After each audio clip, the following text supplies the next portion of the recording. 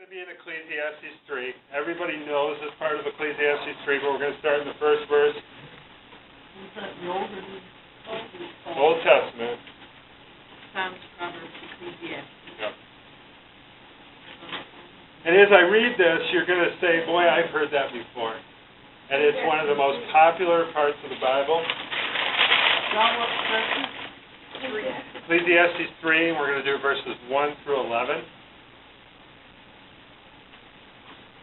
And everybody remembers this song about this verse, and the birds did it. I believe it was the birds. Turn, turn, turn. And it says, to everything there is a season, a time for every purpose under heaven, a time to be born and a time to die, a time to plant and a time to pluck what is planted, a time to kill and a time to heal, a time to break down and a time to build up, a time to weep and a time to laugh, a time to mourn and a time to dance, a time to cast away stones and a time to gather stones, a time to embrace and a time to refrain from embracing, a time to gain and a time to lose, a time to keep and a time to throw away, a time to tear and a time to sow, a time to keep silence and a time to speak, a time to love and a time to hate, a time of war and a time of peace. What profit has the worker from that in which he labors? I have seen the God-given task with which the sons of men are to be occupied. He has made everything beautiful in its time. Also, he has put eternity in their hearts, except that no one can find out the work that God does from beginning to end. And I chose this part of the Bible because I was thinking one day, and Pam and I have been talking about it, and we've been going through some things during the week about God's will for our lives. And how do we know what God's will for our life is? This morning we went to Faith Baptist Church, and it was really nice. And he was talking about communication with God. And I thought that was the best part of the sermon, when he was talking about a lot of us don't communicate with God anymore. We don't pray. We don't feel like we have a need to pray. But when we're going through life and we're facing different situations, we have a lot of different experiences. We meet a lot of different people. And sometimes we have gains. Sometimes we laugh. Sometimes the people make us cry. Usually that's the case, whether it be happy or sad. Sometimes our feelings are hurt and we isolate people. Sometimes our song is played and we celebrate. Sometimes we really blow it and we sink. And sometimes we get it right and we smile. Through life with that, what's going to happen? What am I expecting around the corner? And that's where the communication with God comes in handy. Prayer comes in handy. We don't want to go through life turning every corner hearing those two notes in the back of our head. We don't want to hear the what's going to happen? And the pastor in the sermon today was hitting right on the nail, right? He hit the nail on the head when he was talking about, he even talked a little bit about expectation. About things that we expect when we get up in the morning. We don't expect to do bad things when we wake up. And I was sitting here in church today and I was thinking, this guy's talking about everything that I had already written down 3 days ago. So it must be from God. I thought, boy, he better not do any of my jokes. Of course, his jokes weren't as good as my jokes. But wouldn't it be great if there was some way that all our dreams could somehow be gathered up along with our unfulfilled expectations, and then something beautiful could be constructed from that with all of the pieces that we've gathered in our lives? Wouldn't it be great if we could just stop running from unfulfilled expectations? The Bible says that if we have a hope in God, it comes from an unlikely place. King Solomon had tried all his life offerings. They had left him empty, and he wrote skeptically about the whole experience. In Ecclesiastes 3, the idea is given that there is an appropriate time for all of life's experiences and expectations. Notice how the writer uses opposites in each verse, covering everything in between with those two opposite phrases that he uses in each verse. Verses 2 through 8 are a poem in which Solomon listed 14 opposites. For everything there is an appointed time and an appropriate time for every matter on earth.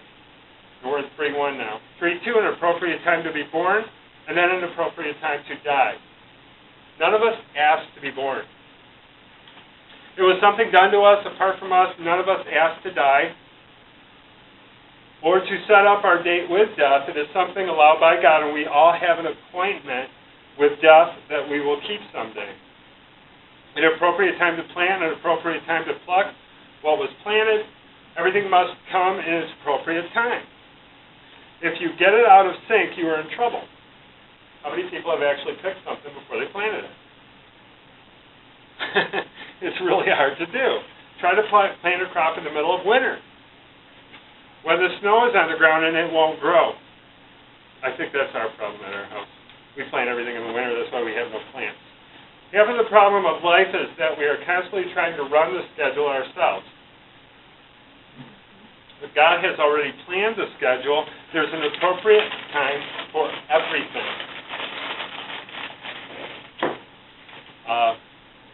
You plant in the spring and harvest in the fall. Try to do that in reverse. It does not work out very well. You're going to be frustrated, and there's a time to move and a time to stay put and get these things out of order, and you'll also get frustrated. How many of us have moved when God said stay? How many of us have stayed when God said move? It does not work out very well in the end. 3:3, an appropriate time to kill and an appropriate time to heal. An appropriate time to break down and an appropriate time to build up. And I was trying to think when's an appropriate time to kill. Don't look at me. Only in words. When he talks about, yeah, that's true. But is it true? Because it seems like everybody fights for God. Every war, every side of the war is fighting for God. God is on their side. If you're fighting now, say in Afghanistan, and they're Muslim, they have God on their side. The Americans, they're a little mix of everything, and they think they have God on their side because they've hit about every corner of God you could think of.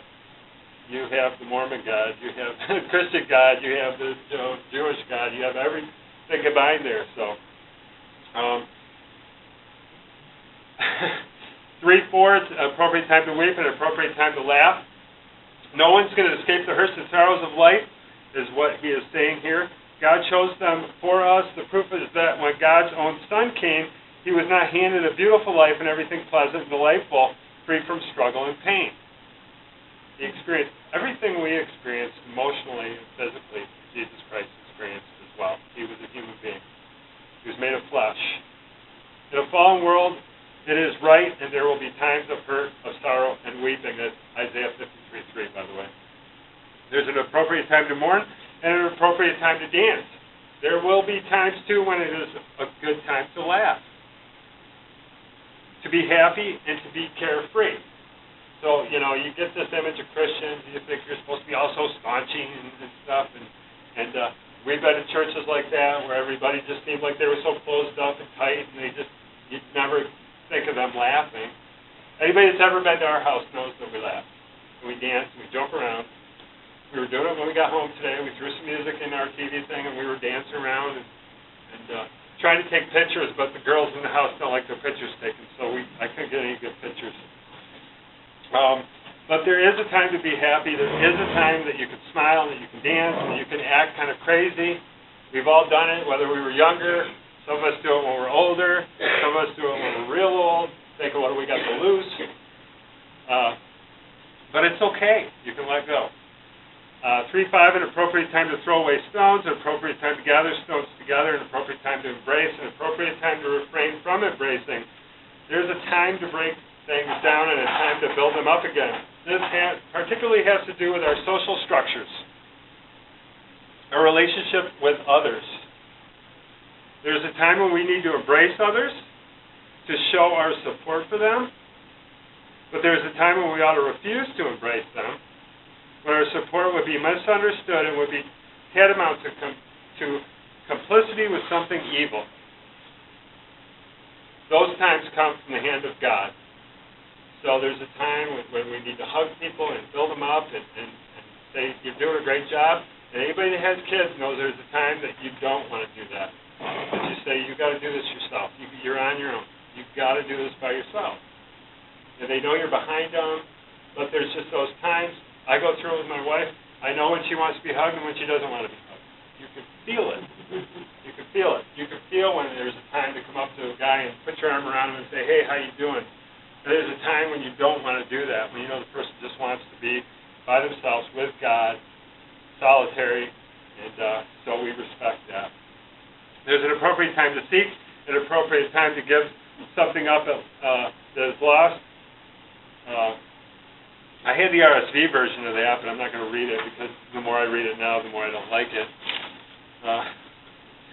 There's an appropriate time to keep and an appropriate time to throw away. That's verse 7. An appropriate time to reap and an appropriate time to sow.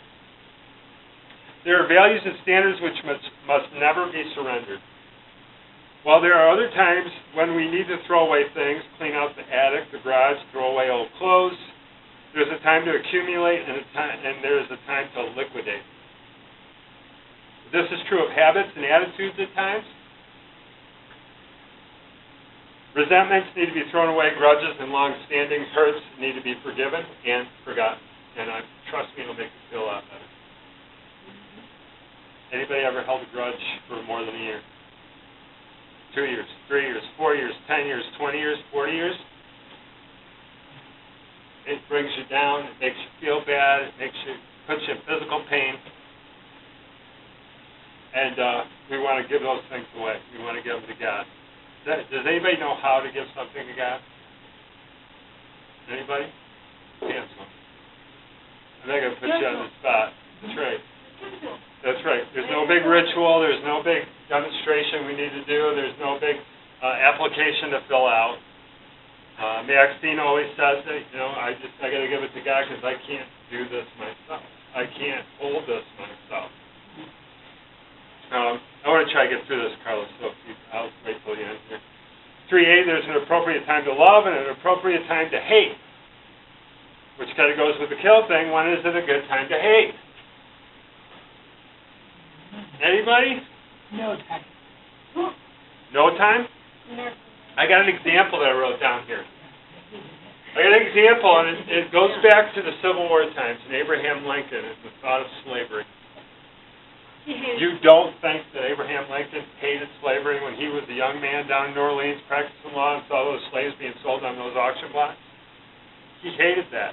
He didn't hate the people that were doing it. He hated the idea and the thought that people could be sold and bought. He hated that. But that's what this is talking about. There is a time for hate. We hate the fact that women are having abortions. We hate the fact that there's a war going on right now where we see 3, 4, 5 servicemen killed every day. We hate that. We don't hate the people. We hate the idea. We hate the thought. We hate the whole image and everything that's going on in this world today. So there is an appropriate time to hate. There's an appropriate time for war, and we kind of talked about this a little bit. We consider some of the issues before us today. When tyranny rides roughshod over the rights of men, and there is a time when a nation properly makes war. The Middle East is a good example of that. What happened in Egypt? What's happening in Syria? What's happening in Syria now, to me, is the greatest example of a time for war. People that are being slaughtered by their own government. What are they supposed to do? They fight back. They fight back against what the government's doing to them. We consider that war. They consider that survival.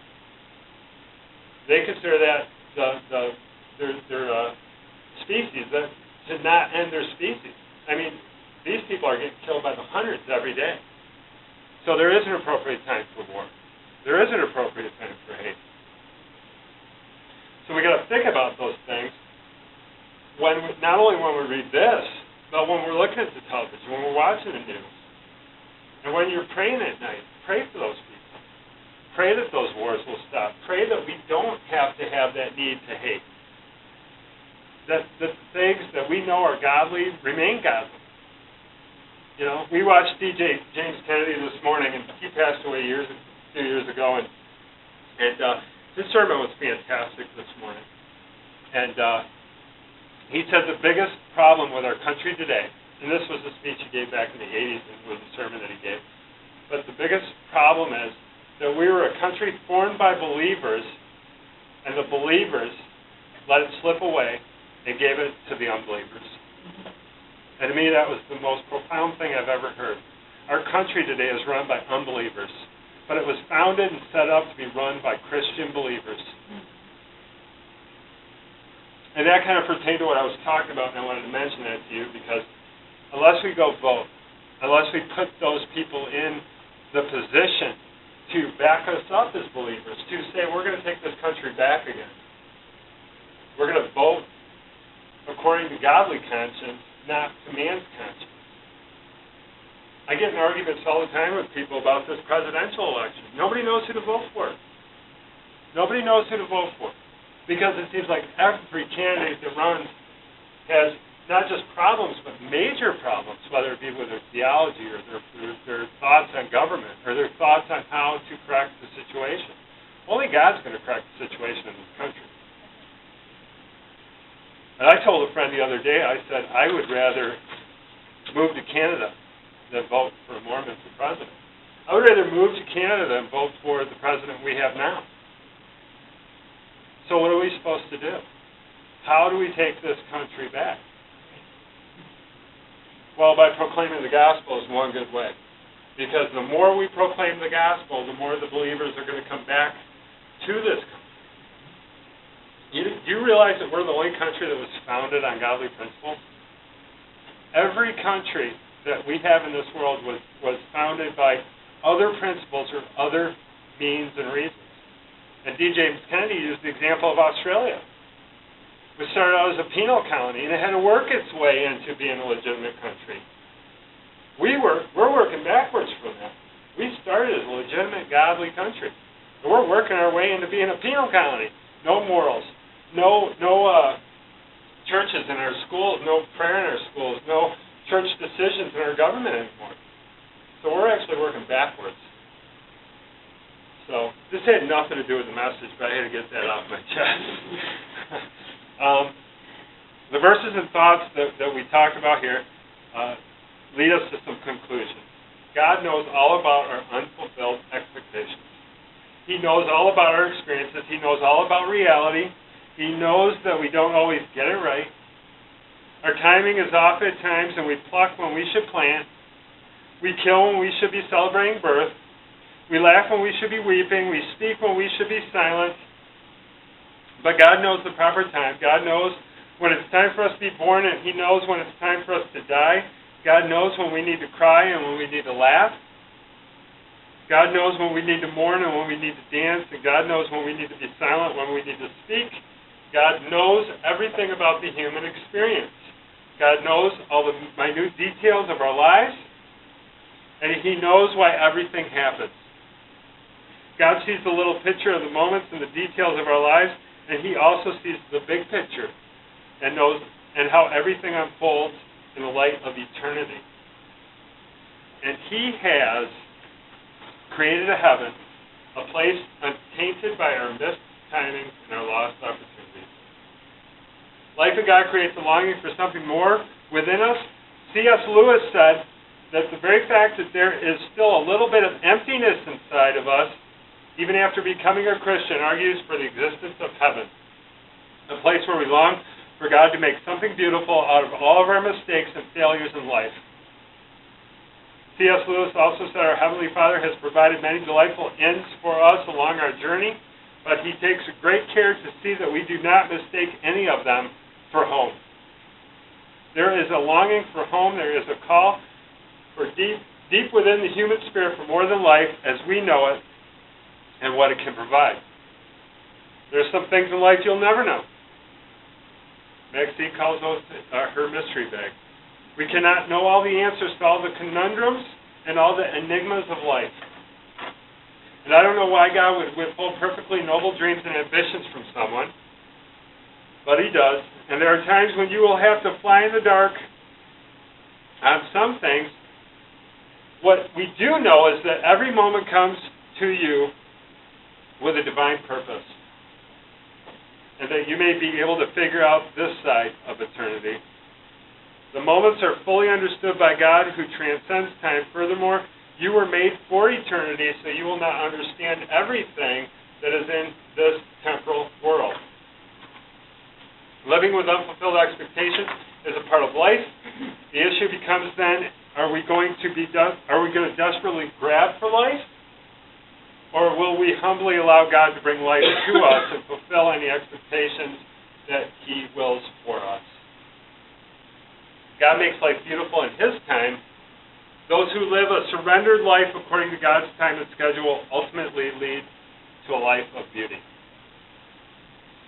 I have written down, this is a quote from William Arthur Ward. It says this: "The great use of life is to spend it for something that will outlast it.